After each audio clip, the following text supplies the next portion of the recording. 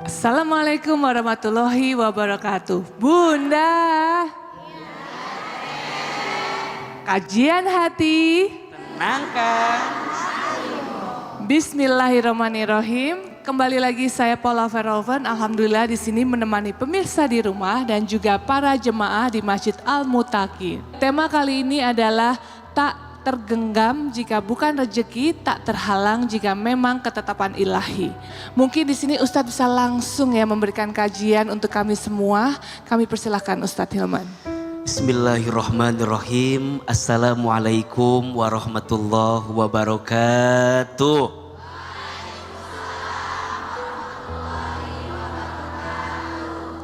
Bunda, rezeki itu sudah tertakar, tak mungkin tertukar.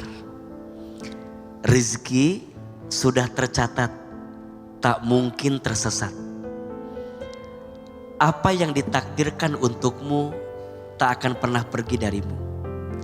Dan apa yang tidak ditakdirkan untukmu tak akan pernah menjadi milikmu. Maka urusan rezeki belajar lebih tenang. Urusan rezeki belajar lebih lapang. Maka di dalam Al-Quran setidaknya ada 3 konsep tentang rezeki yang harus kita pahami. Yang pertama, rezeki itu sudah dijamin. Quran Surat Hud ayat 6. A'udzubillahi minasyaitonirrajim. Wa ma min dabbatin fil ardi illa 'alallahi rizquha.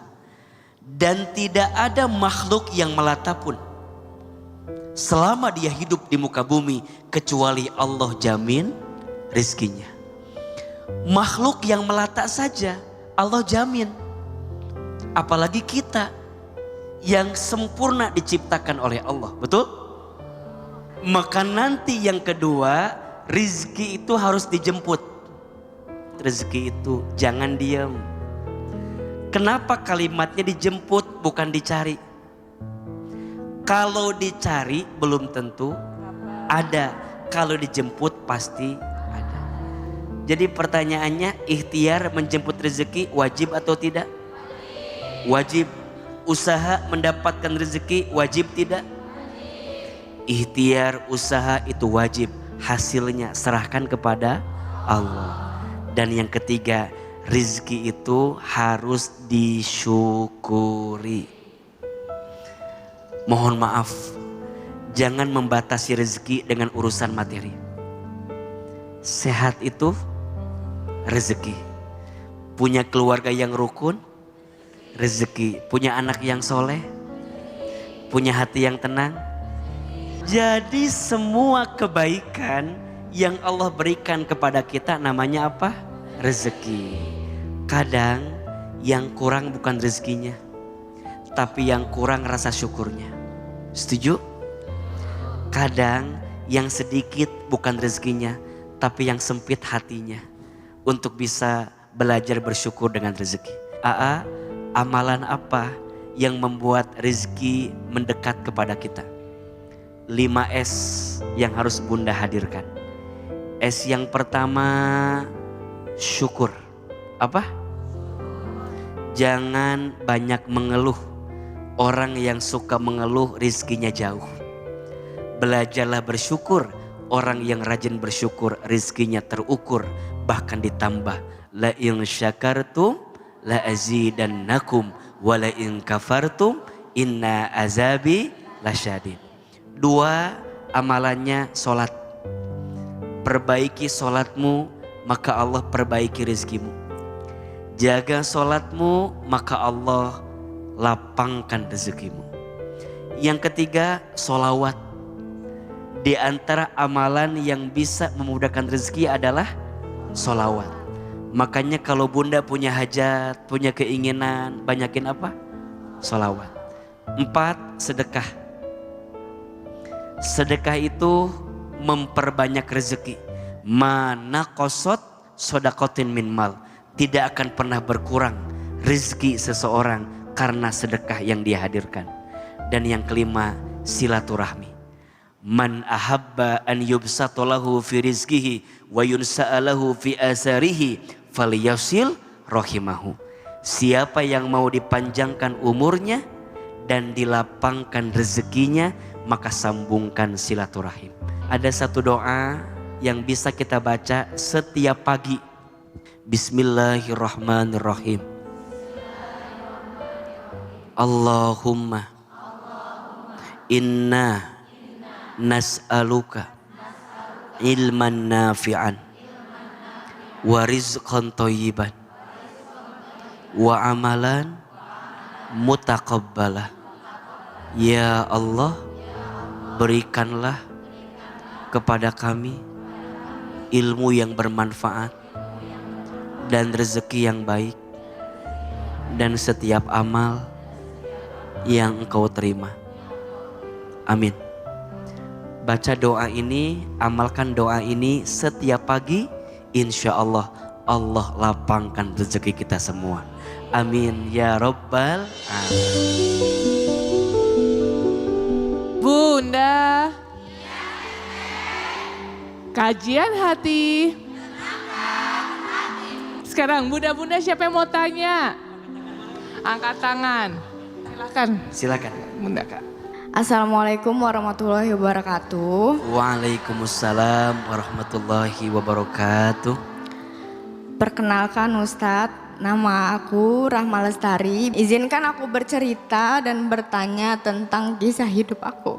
Sebelum menikah, aku dan suami LDR selama 2 tahun. Calon suami aku waktu itu di Lampung dan aku bekerja di Bandung selama 2 tahun. Di bulan April 2024 aku menikah. Dari awal pernikahan, hari pertama setelah akad, aku ada lihat chat dia dengan wanita lain. Memang kejadiannya sebelum kita menikah, tapi kan karena kita LDR jadi aku nggak tahu ya.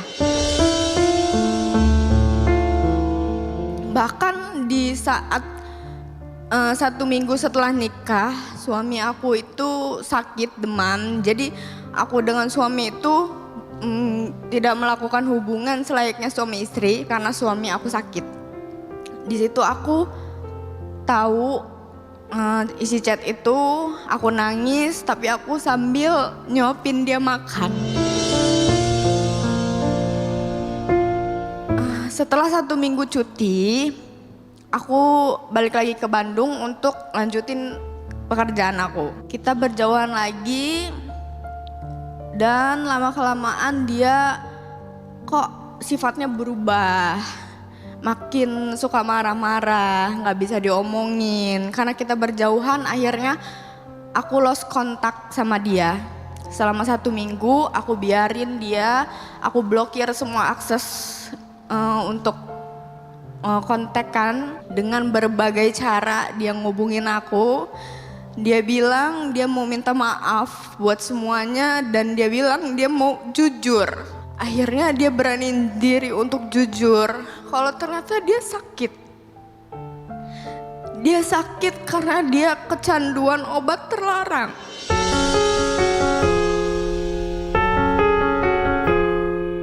Satu minggu setelah nikah itu yang dia sakit, ternyata itu dia lagi menahan itu semua. Dia jujur, dia pengen berubah, dia pengen perbaikin semuanya karena dia mikirin aku. Karena dia mikir dia udah menikah, dia gak mau kayak gini terus, dia pengen lepas itu semuanya. Setelah itu dia juga jujur kalau dia melakukan hal yang di luar nalar dengan wanita lain.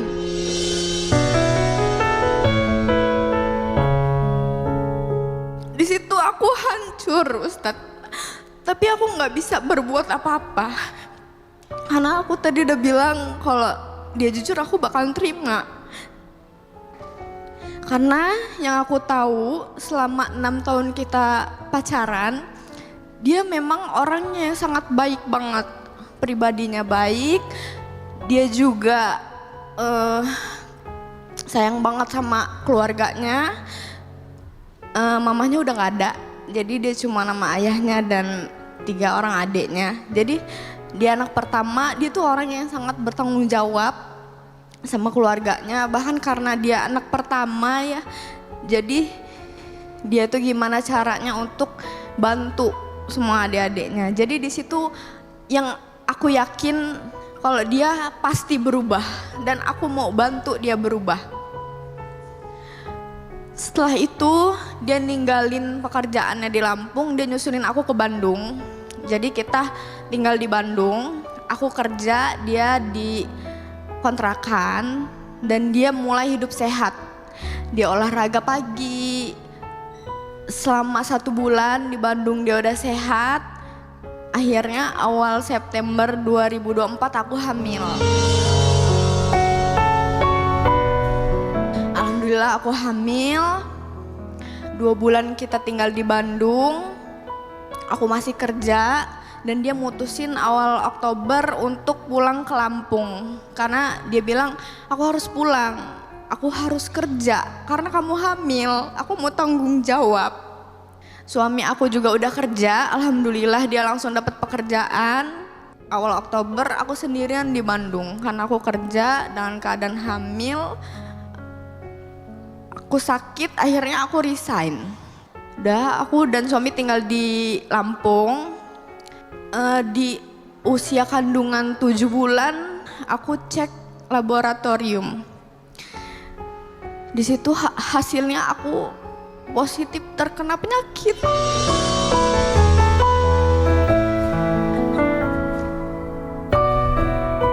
Dan aku harus segera diobatin karena takut bayi aku kena, ya. Tapi karena tabungan kita udah habis, terus jadi kita telat untuk ngobatinnya. Akhirnya bayi aku meninggal dalam kandungan.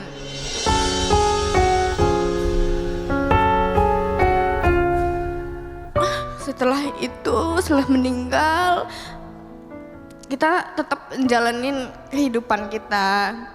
Jauh lebih baik lagi kita pisah rumah dengan orang tua biar kita bisa, karena kita udah lama berjauhan ya, biar kita bisa ngejalanin rumah tangga yang harmonis. Dan alhamdulillahnya rezeki datang satu persatu. Doa-doa aku lagi dikabulin, suami juga kerjanya deket dengan rumah. Suami aku udah mulai rajin sholat, aku juga sedekah, semua hal baik kita lakuin Ustadz. Di bulan November kemarin, tanggal 14, setelah sholat Jumat dan dia mau berangkat kerja, dia kecelakaan. Kecelakaan motor, terbentur kepalanya, kena pendarahan di otak. Kesadarannya tinggal 3%. Aku datang ke rumah sakit, lihat keadaannya. Aku gak kuat Ustadz. Kenapa saat semuanya udah baik-baik aja, dapat musibah lagi yang kayak gini. Aku bilang, aku gak bisa. Sayang, aku gak bisa, kamu harus selamat. Tapi dokter bilang ini kondisinya udah gak memungkinkan. Aku ngurus dia di rumah sakit sama 1 bulan. Akhirnya pulang ke rumah. Walaupun dalam keadaan masih harus bed rest. Aku bersihin. Lagi-lagi aku bilang, kok aku bisa ya? Oh ternyata Allah tuh kasih ujian buat aku karena aku bisa ya.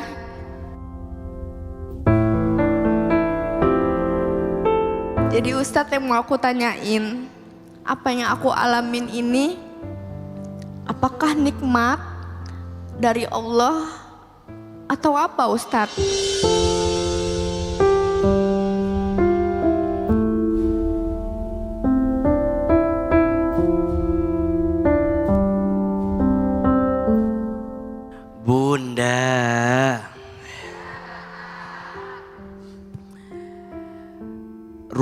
tangga itu tidak akan bisa lepas dari ujian. Rumah tangga sakinah bukan yang tidak ada masalah, tapi rumah tangga sakinah yang bisa mengambil hikmah di balik masalah. Maka Allah menitipkan ujian di rumah tangga kita dua tujuannya. Satu, ujian itu cara Allah menghapuskan dosa-dosamu. Dan yang kedua, ujian itu cara Allah mengangkat derajatmu. Maka satu kali Imam Syafi'i rahimahullah pernah ditanya, "Wahai Imam Syafi'i, mana yang kamu pilih? Antara diberikan ujian atau diberikan kekuatan?" Imam Syafi'i menjawab, seseorang tidak mungkin diberikan kekuatan sebelum dia diberikan ujian. Maka di rumah tangga, kebahagiaan yang dihadirkan jadi ujian syukur, kekurangan yang dititipkan jadi ujian sabar. Beliau menjadi istri yang mungkin pernah disakiti berkali-kali, tapi kemudian beliau bersabar, memaafkan lagi, balik lagi, sabar lagi, memaafkan lagi, balik lagi. Allah berikan banyak nikmat setelahnya. Tapi setelah itu baru nikmatin sedikit, diuji lagi dengan suami yang sakit. Dan beliau merawatnya. Percayalah, istri yang merawat suaminya, mendampingi suaminya, sabar terhadap suaminya, maka cukuplah untuk dia surga tempat terbaiknya. Maka bunda, siapapun yang hari ini sedang diuji sama suami, jangan rapuh, jangan terjatuh. Boleh jadi Allah menyiapkan surga untukmu karena kamu sabar mendampingi suamimu. Maka sering bilang berkali-kali, mempertahankan rumah tangga itu kemuliaan. Membersamai pasangan dalam setiap takdir yang dititipkan itu adalah kebaikan. Tapi memang walaupun pada akhirnya ini hati punya batas untuk bisa bertahan dan bersabar. Maka sekarang kakak teruslah berharap sama Allah. Semoga dikuatkan. Karena mohon maaf, kakak bisa begini bukan semata-mata kakak yang kuat, tapi Allah yang menguatkan. Kata Allah Subhanahu wa taala, "Walanabluwannakum bisyai'im minal khaufi wal ju'i wa naqsim minal amwali wal anfusi wath thamarat wa basyiris sabirin." Kata Allah, kami akan menimpakan kepada manusia dari ketakutan, dari kelaparan, dari kegelisahan, dari kegoncangan, rasa sakit, kekurangan, kehilangan. Semua catat. Wa basyiris sabirin. Itu kabar gembira untuk orang yang sabar. Siapa orang yang sabar? Alladzina idza asobathum musibah qalu inna lillahi wa inna ilaihi rajiun. Orang sabar yang ketika ditimpa musibah dia mengatakan, semua milik siapa? Allah, dan akan kembali kepada siapa? Allah. Setelah itu lihat yang Allah siapkan. Ulaika alaihim sholawatu mir rabbihim wa rahmah wa ulaika humul muhtadun. Orang yang sabar, Allah berikan banyak kebaikan. Selamat, dosa diampuni, doa dikabulkan. Sampai nanti ada di titik yang kita anggap ujian jadi nikmat. Sampai Allah ingatkan, fabi ayyi ala'i rabbikuma tukadziban. Maka nikmat mana lagi yang kamu dustakan? Sebanyak 33 kali di surat Ar-Rahman Allah sampaikan, fabi ayyi ala'i rabbikuma tukadziban. Salam buat keluarga. Terima kasih udah hadir di kajian hati. Semoga ada jawaban yang bisa menguatkan hati. Amin ya rabbal alamin. Titik terendah saat suami kecelakaan. saat dia belum sadar dan masih kritis, di situ aku benar-benar stres banget. Aku mikir kayak gimana kalau seandainya dia nggak selamat. Aku bingung. Aku sendirian. Kayaknya aku bisa sampai di titik ini nemenin kamu. Jadi bukan karena keadaan kamu yang kayak gini, karena memang sebelum-sebelumnya ya aku udah memilih untuk bertahan sama kamu gitu. Jadi bukan alasan karena aku kasihan dengan keadaan dia sekarang, bukan. Karena pribadi dia sih yang memang benar-benar mau berubah. Setiap kali aku dapat cobaan, itu semua tuh bukan bukan karena nggak ada sesuatu. Pasti Allah tuh udah ngerencanain ada hal baik di setelah ujian ini, dan apa yang aku jalanin sekarang ini bisa jadi rezeki, rasa syukur untuk ngapus dosa.